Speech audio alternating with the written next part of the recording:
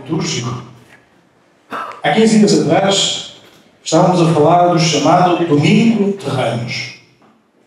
Passados 6 dias depois, nós éramos lembrados da morte, da crucificação do Senhor Jesus.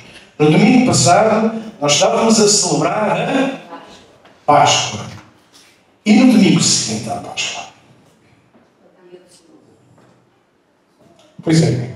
É sobre esta semana que hoje gostava de vos lembrar e ajudar a meditar. Sobre esta semana que foi desde a Páscoa, domingo, até ao primeiro domingo, depois da Páscoa. Exatamente neste mesmo dia. Tudo mudava na vida de um homem. Num domingo como hoje. E onde é que nós encontramos retratado isto nas Escrituras? Bem, venham comigo para João, capítulo 20, versículo 24 e 29. Agora vamos encontrar alguns acontecimentos que decorreram durante esta semana. Entre o domingo de Páscoa e o primeiro domingo a seguir à Páscoa. Diz-nos então o texto bíblico em João 20, 24 a 29. Ora, Tomé, um dos 12, chamado Dídimo, não estava com eles quando veio Jesus. Disseram-lhe: vimos o Senhor. Mas ele disse-lhes: se eu não ver o sinal dos cravos em suas mãos, e não meter o dedo no lugar dos cravos, e não meter a minha mão no seu lado, de maneira nenhuma o crerei. E 8 dias depois, estavam outra vez os seus discípulos dentro e com eles também. E chegou Jesus, estando as portas fechadas, e apresentou-se no meio e disse: paz seja convosco. Depois disse a Tomé: põe aqui o teu dedo e vê as minhas mãos, e chega a tua mão e mete-a do meu lado, e não sejas incrédulo, mas crente. E Tomé respondeu e disse-lhe: Senhor meu e Deus meu. Disse-lhe Jesus: por me viste, Tomé, creste? Bem-aventurados os que não viram e creram. Pois é, já perceberam sobre quem é que eu hoje gostava de partilhar convosco? É? Sobre a vida de Tomé. Se eu vos perguntasse, vocês conhecem ou lembram-se de Tomé pela sua incredulidade ou pela sua fé? Vamos fazer aqui um exercício. Quem se lembra de Tomé, a primeira vez que eu falei agora hoje de tarde, lembram-se da sua incredulidade? Quem se lembrou da sua fé? Obrigado, Rosana. Parece que estamos divididos. Pois é, quando queremos dar o exemplo de alguém que não é crente, alguém que é incrédulo, alguém que tem dúvidas, provavelmente o primeiro personagem bíblico que nós nos lembraríamos seria deste Tomé, exatamente por causa deste episódio que acabamos de ler. E quando nós nos referimos a Tomé, não são com cores de primavera, não é? Não são com cores alegres. São com cores escuras, pesadas. Aquelas que a dúvida e a incredulidade trazem. É ou não é? E porquê é que é assim? Bem, eu gostava de identificar para já 3 razões porque é que nós olhamos para Tomé ou nos lembramos deste personagem que era apóstolo desta forma. Primeiro, porque ao longo da Escritura, diversas vezes, nós somos alertados contra o perigo da incredulidade. Avisos solenes para aquele que não crê. Por exemplo, em Hebreus 3:19, nós lemos o seguinte: e vemos que não poderão entrar por causa da sua incredulidade. Isto está-se a referir, escritor aos Hebreus, à passagem e àquele episódio em que os israelitas tinham sido libertos do Egito, não entraram na terra da promessa por causa duvidaram. Também em Mateus 13:58, e agora vai-se referir ao próprio Senhor Jesus. Diz-nos o seguinte: e não fez ali muitas maravilhas por causa da incredulidade deles. Jesus absteve-se de fazer milagres, de fazer prodígios, por causa da incredulidade do povo. A incredulidade impede os milagres? Sim. Aqui temos 2 versos que nos alertam e podia-vos dar muitos mais para os perigos que a incredulidade e a descrença comportam. O resultado da falta de fé. O resultado da descrença na palavra de Deus. Em João 3,18, a coisa ainda torna-se um bocadinho mais dura. Porque diz o seguinte, no Evangelho de João, capítulo 3, versículo 18. Quem crê nele, e está-se a referir a Jesus, não é condenado. Mas quem não crê, já está condenado, por quando não crê no nome do unigênito Filho de Deus.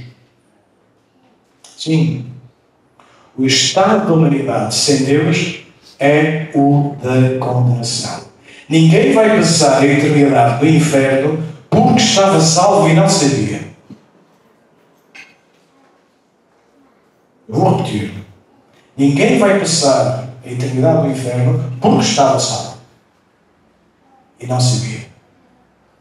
E a condenação da humanidade é presente, não é futuro. A pena vai ser aplicada no futuro. Mas a condenação é hoje, é agora. A palavra de Deus diz que nós nascemos em pecado. Em pecado nos gerou. E amém. E é por causa do pecado que existe condenação. E sim, já que estamos a falar disto, sim, o inferno é real. Sim, o inferno não é uma realidade virtual. Este que a Bíblia nos diz. O inferno é real. E a Bíblia descreve na boca de Jesus como sendo um lugar de dor, de sofrimento, de ranger de dentes e eterno. Marcos 9,43 diz o seguinte: é o Senhor Jesus a falar, e se a tua mão te escandalizar, corta. Melhor é para ti entrares na vida aleijado do que tendo 2 mãos ires para o inferno, para o fogo que não se apaga, onde o seu bicho não morre e o fogo nunca se apaga. Esta é a verdade dura, crua, que a Bíblia nos traz. Então, isto estaria muito mal se a história acabasse aqui. Mas a condenação da humanidade, a tua e a minha, não são uma individualidade. Porque isso nós encontramos escrito exatamente no versículo anterior àquele que lemos em João 18. Porque no 17 diz: porque Deus enviou o seu Filho ao mundo, não para que condenasse o mundo, mas para que o mundo fosse salvo por Ele. E esta é a mensagem que nós, como igreja, temos para partilhar. E temos a obrigação de proclamar. Não para assustar as pessoas. Não para causar terror ou medo falando do inferno. Não para que desta forma elas se cheguem a Deus. Não. Reparem uma coisa. Se eu for a conduzir na estrada e mais à frente houve um acidente grave e eu vou lançando e alguém vier para trás e dizer: olha, tem cuidado, e vou alertar que vai haver, ou já houve ali um acidente, tem cuidado, porque se não tiveres cuidado vais ter um acidente, está-me a querer aterrorizar ou está-se a preocupar comigo e está-me a alertar? É fácil perceber isto, não é? Por isso é que nós, como igreja, temos também esta obrigação de falar e de alertar e de advertir. Uma das coisas que eu tinha como inconsciência quando era jovem, quando eu tirei a carta, eu lembro que uma das coisas que eu fazia era ir por caminhos. Agora os meus pais vão ouvir, vão ficar a descobrir, que eu acho que nunca contei esta. Tirei a carta, o que é que eu gostava de fazer? Eu gostava de conduzir em ruas que eu sabia, que conhecia, à noite. E sabe o que é que eu fazia? Desligava as luzes. E vocês não dizem: que inconsciência! Pois é, uma inconsciência. Quando a gente é jovem faz muita regra. Não sei se sabiam. Vão descobrir. Então eu tinha, de vez em quando, fazia isto. Para quê? Eu gostava de sentir.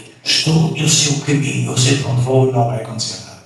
Até um dia que me serviu de emenda, nunca mais. Eu ia para a praia, e cheguei lá abaixo, isto foi há muito tempo. A praia, estava lá abaixo, era diferente. Isto foi mesmo há muito tempo. Foi no século passado, imagina. Então cheguei lá embaixo, eu conheci o caminho de cor. E desliguei as luzes. E na altura não havia iluminação sequer pública. Então eu ia, guiado pela luz do lar. Ah, que bonito. Acontece que eu não apercebi que aquela estrada tinha entrado em obras. E não apercebi que havia uma válvula que tinha sido aberta no meio da estrada e eu ia de luzes desligadas. E houve qualquer coisa que me disse: olha, liga as luzes.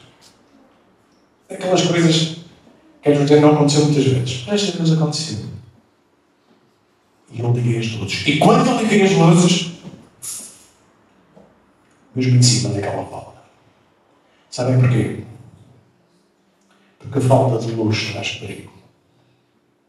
A falta de luz traz perigo. E quando nós vivemos num mundo em trevas, sem luz, preparem-se, porque vai haver perigo. Estão voltando atrás. Não. Quando nós falamos do Evangelho, quando falamos das consequências do pecado, e quando o Evangelho é então proclamado, não é para aterrorizar ninguém, mas para alertar exatamente as consequências do pecado. Porque no medo não há amor. Eu não quero que tu te sintas atraído por Deus por causa daquilo que eu acabei de dizer. Tu estás em condenação. Não, mas eu quero que venhas a Deus porque tu percebas do seu amor que é eterno e condicional. Em 1 João 4,18 diz-nos o seguinte: no amor não há temor. Antes o perfeito amor lança fora o temor, porque o temor tem consigo a pena e o que teme não é perfeito em amor.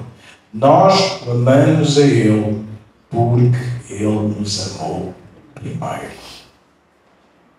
E esta é a dimensão primeira das boas novas de salvação, do amor incondicional de Deus. De que Deus deu o seu Filho para que nós pudéssemos ter vida. Porque de outra forma, a Escritura também nos diz lá em Romanos, quando Paulo escrevia lá à igreja de Roma, ele dizia: porque o salário do pecado é morte, mas o dom gratuito de Deus é vida eterna por Cristo Jesus, nosso Senhor. Então, nós voltamos ao nosso primeiro.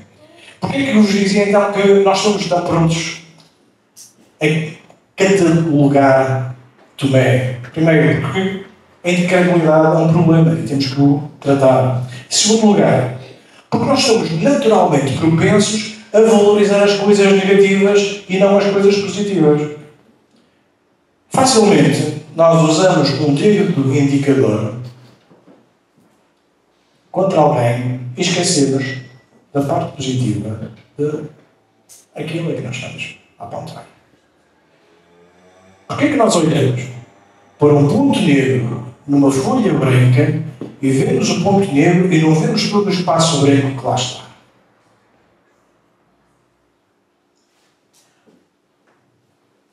Tomei este bom exemplo para nós.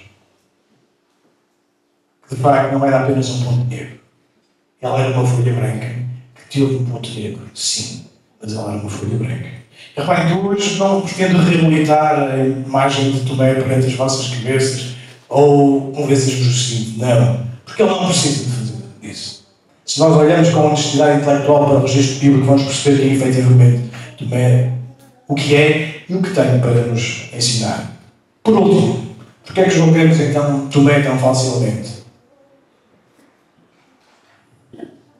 Porque nós muitas vezes temos dificuldade e não sabemos lidar com a dúvida. Se quisermos ser sinceros, nós vamos perceber que a carreira cristã é feita de convicções, é feita de certezas, é feita de termos os nossos pés bem alicerçados no caminho certo. Mas a carreira cristã e a caminhada cristã também é feita com dúvidas. E quem vos disser o contrário, não está a ser sincero convosco. Então temos que saber lidar com a dúvida. Como é que é possível lidar com a dúvida? Este que eu vos proponho quando nós olhamos para Tomé. Vamos então voltar novamente a Tomé. O que é que nós sabemos da sua vida? Eu gostava de dizer, podemos dizer que gostamos muito da vida de Tomé. Não sabemos. Sabemos muito pouco. Mas há algumas conclusões que nós podemos tirar da vida de Tomé. Primeiro, Tomé foi chamado. Tomé foi chamado por Jesus para pertencer a um grupo de 12, muito especial, que durante 3 anos e meio, ia estar perto com ele e a ver muitas coisas que outros não viram. E Tomé foi chamado. Isto só por si já nos deve fazer perceber que isto não é coisa pouca. Quando Jesus chamou alguém. Nós vemos isto lá em Lucas 6,12 e diz que e aconteceu naqueles dias, saiu ao monte a orar e passou a noite em oração a Deus. Versículo 13. E quando já era dia, chamou a si os seus discípulos e escolheu 12 deles, a quem também deu o nome de apóstolos. A escolha de Tomé não foi aleatória. Jesus passou uma noite a buscar a direção do Pai para escolher Tomé, juntamente com mais 11.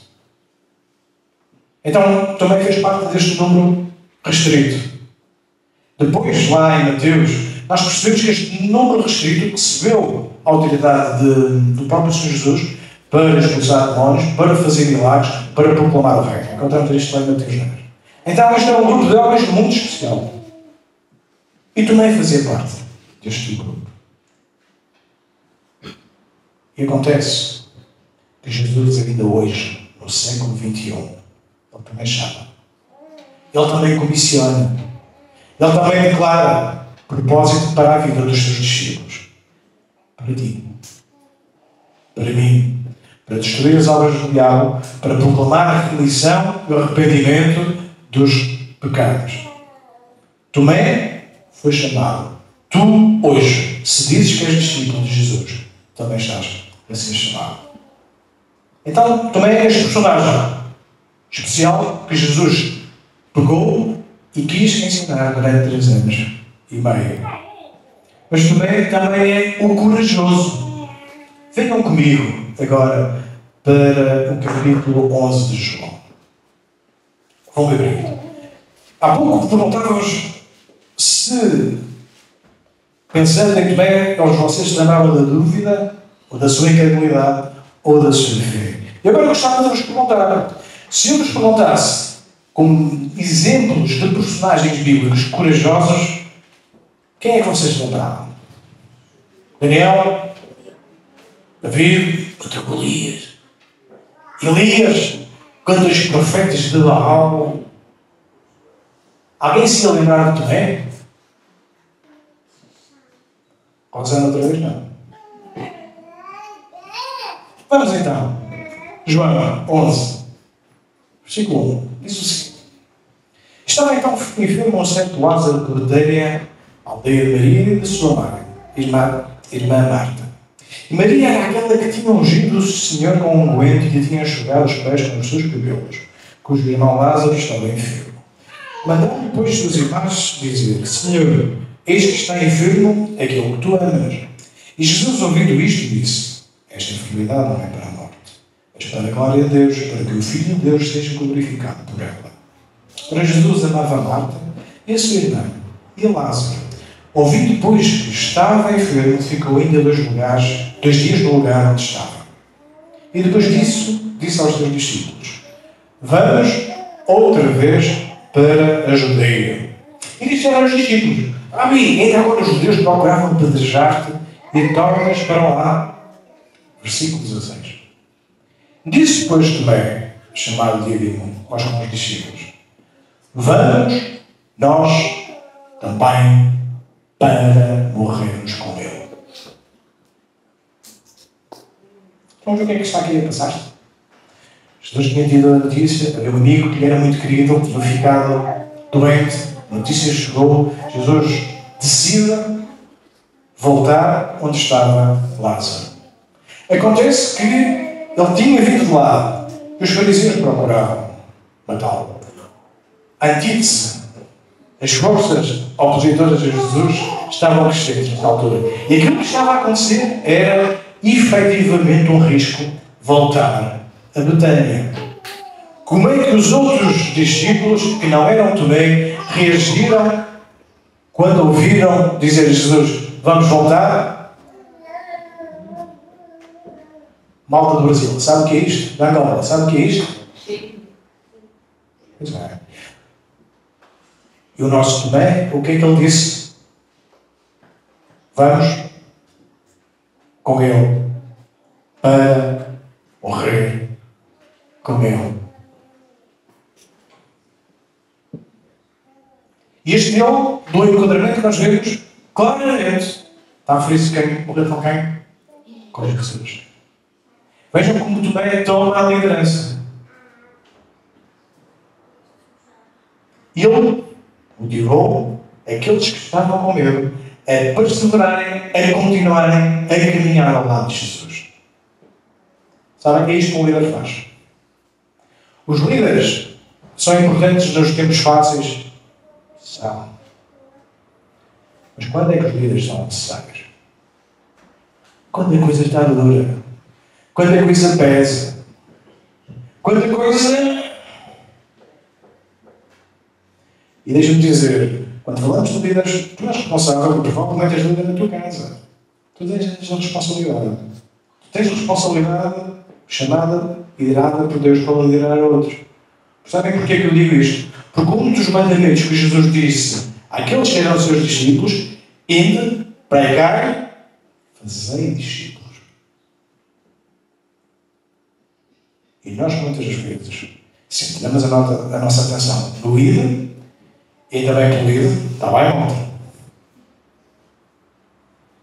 Falar, fixe, fazer discípulos. E é aí que é necessário trazer orientação, trazer discernimento no meio do caos, no meio da dificuldade. Então, Tomé é este personagem corajoso que diz aos outros: olha, não, nós vamos. É para morrer, é para morrer.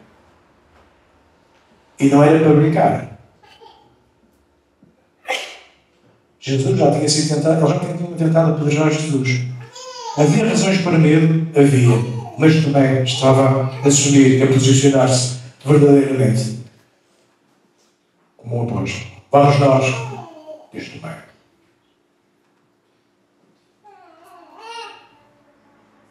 E Tomé, desde muito cedo, aprendeu: para ser discípulo de Cristo é preciso correr riscos.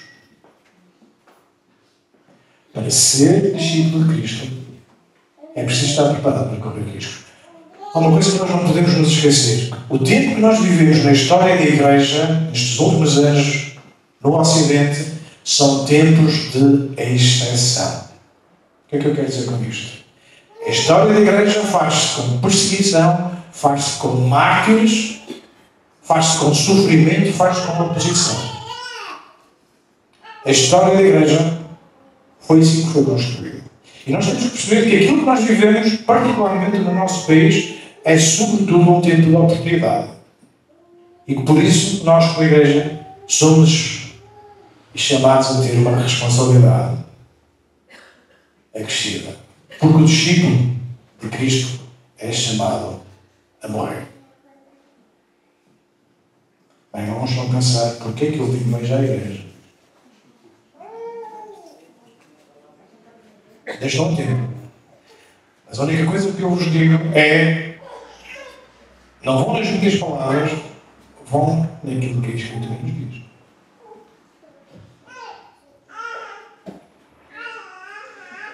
Desafio: chamados a morrer. Mas um desafio também igualmente importante: somos chamados a viver em Cristo. Eu não vi um amém. Mas não dissociemos as duas coisas. Porque senão nós estamos a ver só parte do Evangelho. Romanos 14:8 diz: porque se vivemos, para o Senhor vivemos. E se morremos, para o Senhor morremos. De sorte que, ou vivamos ou morremos, somos do Senhor. Quer vivamos, quer morramos. Esta é a segurança e a certeza do discípulo de Jesus. Sabe, uma das maiores provas da ressurreição de Jesus, e eu falo das provas em termos históricos, de que a ressurreição de Jesus aconteceu mesmo, que ela foi verdadeira, que ela foi real, foi exatamente a disposição que os primeiros cristãos tiveram para morrer por Cristo. Basicamente, todos os apóstolos foram martirizados, à exceção de um, porque eles estavam dispostos a dar a vida. E há muita gente que está disposta a dar a vida por uma causa. É ou não?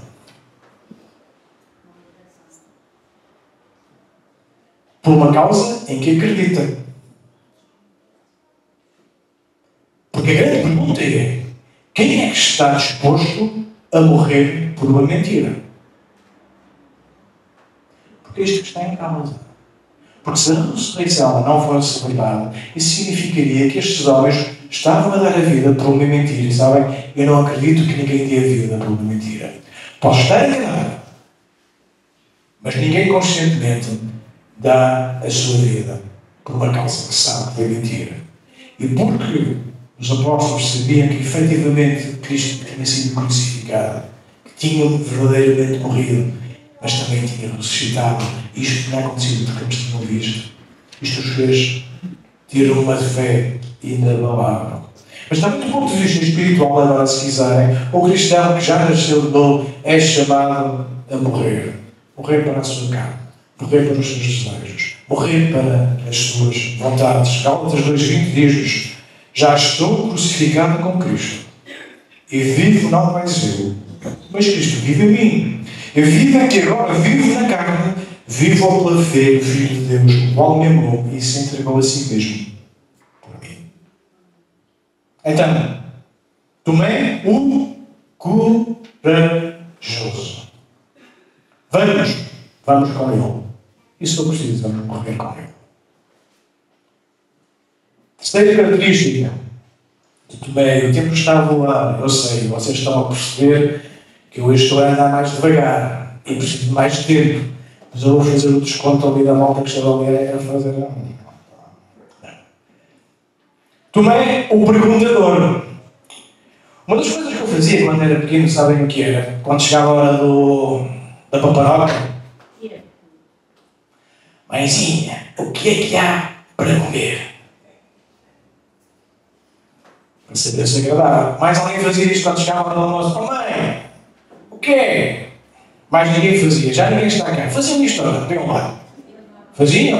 Bem. Mas, invariavelmente, sabe o que é que a minha mãe respondia? Quando eu perguntava: mãezinha, o que é que há para comer? Não. Línguas de perguntador. Eu ficava furioso. Línguas de perguntador. Eu comecei muito pequeno. A determinada altura, eu achava mesmo que havia línguas de perguntador. 2 anos, a malta acredita nos pais. Depois é outra conversa. Perguntas. Também era um perguntador. Alguém estava preparado para fazer perguntas? Olha, eu creio que sim. A determinada altura, Jesus está com os seus discípulos à mesa. Era aquilo que nós conhecemos como sendo a última ceia. E aquele momento foi um momento emocionalmente intenso.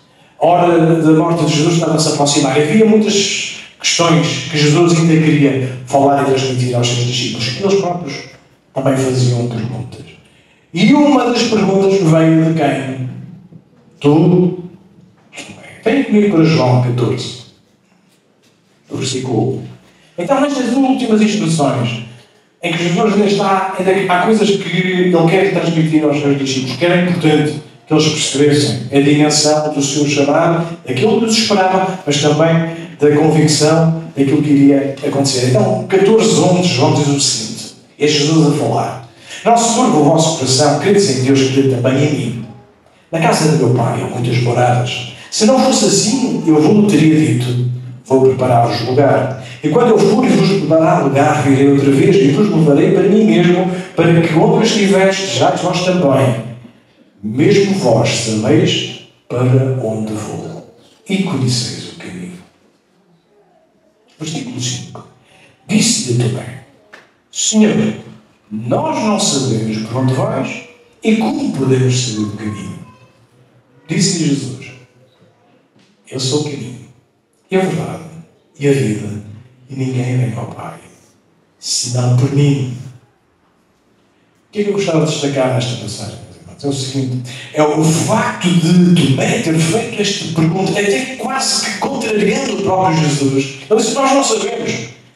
Ele teve a ousadia de questionar, ele teve a ousadia de fazer perguntas a Jesus. E foi isto que abriu espaço a que Jesus desse a resposta. E esta afirmação de Jesus é uma das mais importantes que nós encontramos de Jesus acerca do seu ministério. Ele afirmando-se como Deus, como Senhor. Porque ele diz: Ele é o caminho, a verdade e a vida. Por causa da pergunta de Tomé, nós podemos ter esta resposta de Jesus. Porquê que eu estou a falar disto? Porque na dúvida é bom que nós façamos perguntas. Aliás, deixa-me definir dois caminhos que a dúvida nos pode levar. Um caminho que eu defino como caminho virtuoso da dúvida. Um outro caminho, o caminho vicioso da dúvida. O que é que eu quero dizer com isto? Tens dúvidas? Incertezas acerca da fé, acerca de quem Deus é, daquilo que Ele quer para ti? Assuma essas dúvidas. Não escondas para debaixo do tapete. Porque se seguires o caminho virtuoso da dúvida, o que é que vai acontecer? Tu tens dúvidas, tu vais fazer as perguntas, tu vais receber a resposta, porque em Mateus 7,7 Jesus diz: Pedi e dar-se-vos-á, buscai e encontrareis, batei e abri-se-vos-á. Sabem porquê? Porque Deus é maior que as tuas dúvidas, do que os teus questionamentos, do que as tuas inseguranças, do que as tuas incertezas. Ele é maior que isso. E quando há sinceridade no teu coração, dizer: Olha, Senhor, eu não estou a perceber isto, ajuda-me. Não vai trazer esclarecimento. E aquilo que vai acontecer no final é: tiveste dúvida, fizeste a pergunta, Deus respondeu-te, a tua fé vai ser fortalecida. Mas há outro caminho, que é o caminho vicioso, que é: eu tenho dúvida, eu não questiono, eu não pergunto. Aquilo que eu acabo por aceitar são dogmas que me são impostos, e aquilo que se traduz é em fanatismo religioso ou descrença pura. Estão a perceber a diferença? Quando eu não questiono Deus perante a minha insegurança, eu vou aceitar aquilo que os outros dizem que é como dogma. Eu não estou a dizer que os dogmas são maus. Atenção. Eu estou a dizer que eles têm que resultar de uma convicção pessoal e de indagação e de procura. E no final, a descrença ou o fanatismo. E o que é que o nosso Tomé nos ensina? É possível ter dúvidas? Sim. É possível ter respostas? É possível ver a fé aumentar. E agora vamos começar a mensagem. João 20. Tomé, o crente. Bem, vocês já viram aquele texto que já lemos no início. Jesus tinha ressuscitado. Jesus tinha aparecido às mulheres. Jesus tinha aparecido dos discípulos. Jesus tinha aparecido no meio dos 10 que estavam reunidos. Onde é que estava Tomé? Não estava. O que é que aconteceu a seguir? Aqueles 10 que viram Jesus aparecer miraculosamente no seu meio e disseram: Tomé, olha, é verdade. Jesus ressuscitou. O que é que Tomé disse? Não acredito. As pessoas que nos ouviram. A menos que eu também veja as suas mãos, o seu lado e toque. É aí que eu vou crer. Sabem uma coisa? O objetivo da dúvida de Tomé era ter uma fé esclarecida. E não uma fé cega ou irracional. O cristão não tem uma fé cega ou irracional. Tem uma fé esclarecida. A ressurreição de Jesus é uma das provas da nossa racionalidade enquanto crentes. Porque há um evento histórico, não é um relato religioso. E a ressurreição é fulcral da fé do cristão. Por isso é que nós celebramos Páscoa com tanta intensidade e alegria. Porque sem essa ressurreição, a nossa fé seria vã. De nada aproveitaria.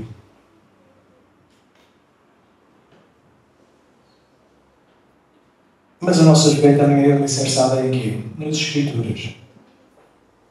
A Bíblia é um livro ela foi escrita ao longo de 1400, 1500 anos. Entretanto, já se passaram há mais de 2000 anos. E vejam como ela apontou para acontecimentos mundiais. Por isso, quero um exemplo rápido.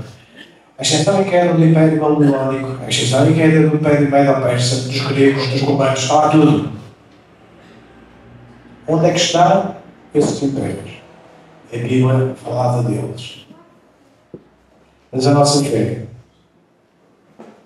também é baseada e sustentada pelo próprio Espírito Santo, que é uma pessoa que abre o nosso entendimento. Quantas vezes vocês já falaram com alguém e dizem: olha, eu li a Bíblia. Ele diz: olha, eu li a Bíblia, mas não me diz nada.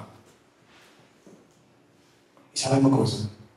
Não diz mesmo nada. Efésios 1, 17 a 18, nós damos o seguinte: para que o Deus do nosso Senhor Jesus Cristo, o Pai da Glória, vos dê em seu conhecimento o Espírito de sabedoria e de revelação, tendo iluminado os olhos do vosso entendimento, para que saibais qual seja a esperança da sua vocação e quais as riquezas da glória da sua herança. Os santos. O Espírito Santo ilumina e abre o nosso entendimento para entendermos quem Jesus é, o que é que Ele fez e quem tu podes ser. Ele. Se o Espírito Santo hoje está a falar contigo, há uma pergunta que tens que fazer, se calhar como tu pai fez. Tu queres crer para ver ou queres ver para crer? Conta essa história do homem, ele era muito desconfiado. Ele desconfiava de tudo e de todos. A aldeia chamava-lhe Gabriel o desconfiado. Não era o Gabriel o pensador, era o Gabriel o desconfiado. Ele dizia: eu só acredito nas coisas que vejo. O que eu não vejo, esqueçam. Era assim que ele era conhecido. Uma vez ele ia sair da aldeia a uma história. Não é? E cruzou-se com um velho, sabe? Não sei porque nas histórias os sábios são sempre velhos. Não sei se já perceberam. E ele disse: olha, tu és aquele que desconfia de todas as coisas. Não acredita em nada, sou eu mesmo. E com muito orgulho. E o velho disse: olha, eu tenho uma oferta para ti. Uma oferta. Sim. Eu tenho uma árvore gigantesca para te oferecer. Cabe no teu bolso. Ele já era desconfiado. E alguém chegar à beira dele e dizer: olha, eu tenho uma árvore para ti que cabe no teu bolso. Deves estar a ligar comigo. Então o velhote lá tirou uma sementinha do seu bolso. E deu. Olha, eu quero dizer uma coisa. Se tu pegares nesta semente, plantares, quando ela já regares, ela vai produzir uma árvore gigantesca. E aquele Gabriel, desconfiado, fez aquilo que o velhote lhe disse. E não é que apareceu mesmo a árvore gigantesca. E pronto, é esta. Tu queres ver para crer. Ou queres ver. Ou queres crer para ver. Queres ver para crer. Ou queres ver para crer. Crer para ver. Tomé, quando foi confrontado com a sua dúvida, quando Jesus lhe mostrou, ele já nem sequer tocou. Não temos rodas. Mas antes de irmos já para o final, eu vou já. Está bem? Há uma coisa muito curiosa que eu encontro neste texto, que é: os discípulos sabiam que Jesus tinha ressuscitado, certo? Tomé disse: não acredito. Qual foi a reação dos outros 10? Acusaram? Puseram de lado? Sei uma coisa. Os outros discípulos sabiam lidar com a dúvida de Tomé. Nós, em Judas, no versículo 22, capítulo 1, na revista Almeida Atualizada, diz o seguinte: e apiedai-vos de alguns que estão na dúvida. Como igreja, nós somos chamados a amparar aqueles que têm uma dúvida. Somos. A trazer discernimento? Sim. A trazer luz? Sim. A tomar conta daqueles que nos aparecem e descrevem, por exemplo, em Romanos 14, como fracos na fé. Para quê? Para serem protegidos e não para serem criticados. Eles sabiam. Eles sabiam. E porque houve este processo na vida de Tomé, porque os discípulos não o puseram de lado, porque no domingo seguinte ele estava onde? Com eles. E Jesus diz: paz seja convosco. Qual é a segunda coisa que Jesus diz? Tomé, vamos falar dos outros. Disse: bem, olha, está aqui. Quem é que tinha contado a Jesus nas dúvidas de Tomé? Não temos falado de Bíblia. Mas Jesus sabia aquilo que Tomé precisava. E foi direitinho a ele. Olha, Tomé, tu não chegaste na primeira vez. Mas tens que ver. Está aqui. E nós percebemos por este processo que Tomé passou. Ainda mais valida a realidade da ressurreição do Senhor Jesus. E quando Tomé tem Cristo a dirigir-se a ele, o que é que ele diz? Senhor meu e Deus meu. É isto que ele nos chama hoje a reconhecer. Quando tu tens celebrado a Páscoa na semana passada, amêndoas, ovos de chocolate, madrinha a trazer prenda para cá, cabrito, lenho. Mas a essência da Páscoa está em Cristo. E um Cristo que é ressurreto. E que quando nós o contemplamos, aquilo que deve ser a nossa resposta é tal como tu é. Senhor meu